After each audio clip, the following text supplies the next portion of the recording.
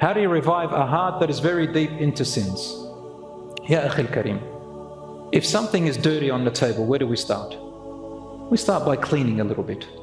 We get a sponge and we clean it. We have a sponge that's dirty, you wash it over and over again.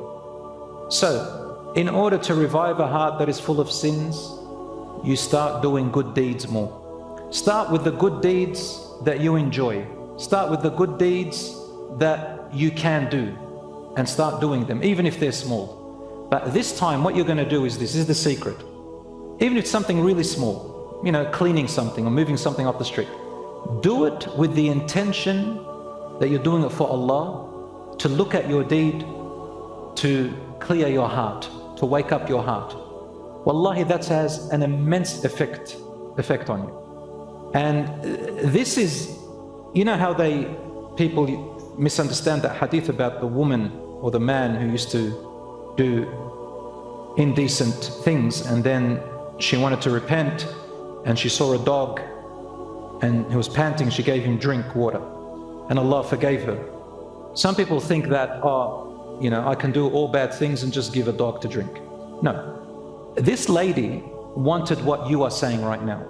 She wanted her heart to open up. She wanted her sins to go. She wanted Allah to accept her. So she came and found this only good deed because no one else was going to open the door for her. So the only good deed she can do meant a lot to her. But she did it because of Allah, not because of just feeling sorry for the dog. Like, you can feel sorry for the dog, but when it comes to sin and forgiveness and waking up your heart and getting close to it, it's not going to work. It's going to make you closer to dogs, maybe to pets. But if I do it out of sorrow for the dog, which softens the heart, and out of wanting Allah to forgive me, suddenly that little deed that I do will start to have an effect on my heart. That's why Rasulullah ﷺ used to say, for example, an orphan, just patting the orphan on their head or on their shoulder or something like that, anything that is, you know, culturally acceptable, that would make the orphan feel safe and loved, you know, by someone, you have rewards for it, and it cleanses your heart. Another thing is to visit, this sounds a bit eerie, but to visit the cemetery and to, you know, reflect. You know, doing those things will start to wake up your heart. Giving charity for the sake of Allah, in secret for the sake of Allah, not because anyone's watching you, will open your heart. Offer a voluntary prayer just because at any time.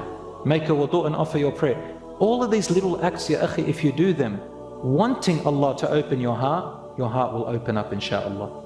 It's not in theory, it's in practice.